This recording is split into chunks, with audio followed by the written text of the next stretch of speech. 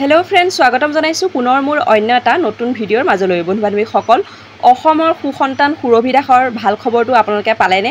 এইমাত্ৰ আহিল অভিনেত্ৰী সুৰভি দাসৰ এটা অতি ডাঙৰ ভাল খবৰ। হয় বন্ধু-বান্ধৱীসকল, অসমৰ এটা সাধাৰণ পৰিয়ালৰ পৰা গৈ বলিউডত খোজ দিলে অভিনেত্ৰী সুৰভি দাসে। হয় বন্ধু-বান্ধৱীসকল, বলিউডত প্ৰৱেশ অসম জীয়ৰী সুৰভি দাস। 3খনকৈ বলিউডৰ ছবিত অভিনয় কৰিছে সুৰভি দাসে।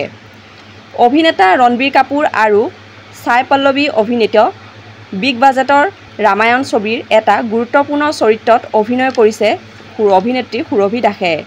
জানিব পৰা মতে বলিউডৰ অন্য দুখন ছবিতো অভিনয় কৰিছে অভিনেত্ৰী সুৰভি দাসে।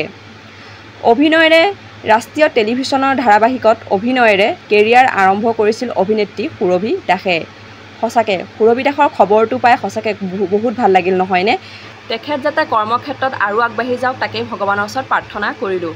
আৰু অভিনেত্ৰী সুৰভি দাসৰ অভিনয় চাই বাৰু আপোনালোকে কোনে কোনে ভাল পায় প্লিজ কমেণ্ট কৰি জনাবচোন। আৰু ভিডিঅ'টো চাই ভাল লাগিলে ভিডিঅ'টো প্লিজ লাইক কৰিব, কমেণ্ট কৰিব, শ্বেয়াৰ কৰিবলৈ নাপাহৰিব।